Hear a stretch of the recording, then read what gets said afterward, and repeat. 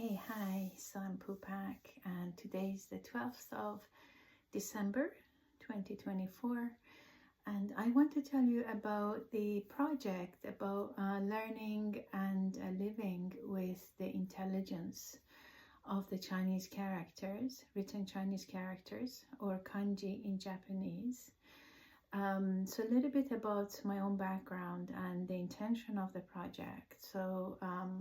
So my mother's Japanese, but I didn't learn Japanese from her.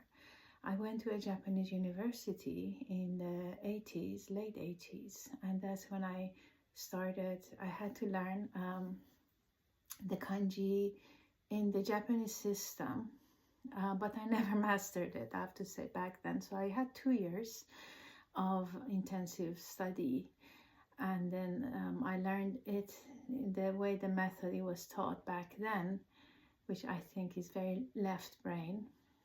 And then I left Japan without having mastered reading, and so I returned to Japan and to this field again, actually since the lockdown, since 2020. So the intelligence of the written Chinese character is something that's visited me, that's been with me in my daily life, I have to say, since then, since 2020.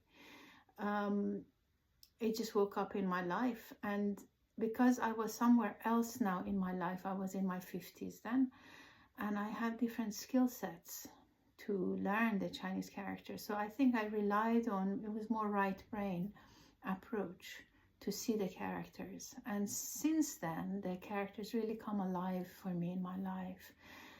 Now I have to say, I'm still not fluent, I'm still learning. And something beautiful did happen for me through this exercise, through this learning journey. I feel the study really opened my eyes to seeing the world through the eyes of the ancient philosophers.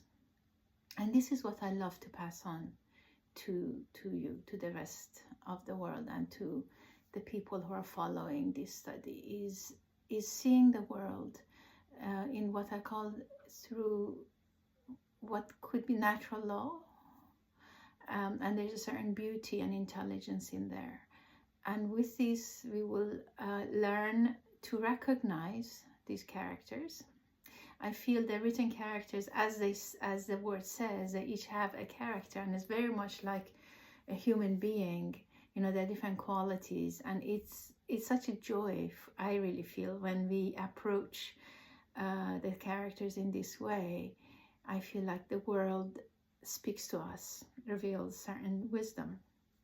And that's really my purpose for this project, as well as really removing certain barriers, mental barriers, because seeing Chinese characters feels like an impossible task, for the most Western people at least. It's like, it looks like Chinese, I can relate to it. But if we really, I think, take our time and deepen and get, in the field, it's actually an amazing world that opens up.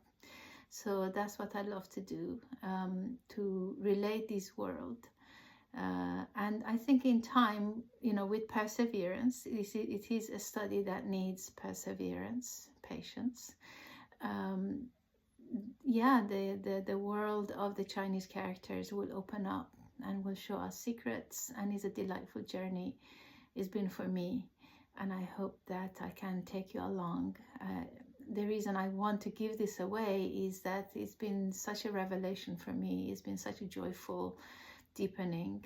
And I feel this will appeal to anyone, really, who is an inquirer. There's no labor in the sense of hard work, but it needs discipline. It needs a discipline to be there, to turn up, and to pay attention, and then there will be an amazing relationship that will, I think, will reinforce the field. So I hope you will join the field of reading and seeing, really, the Chinese characters, the kanji, and let's let's see where we go with it. But I hope that it will help us in our common task, common responsibility in this century of restoring the earth, because we will be in touch with the natural laws. Yeah. Okay. Thank you.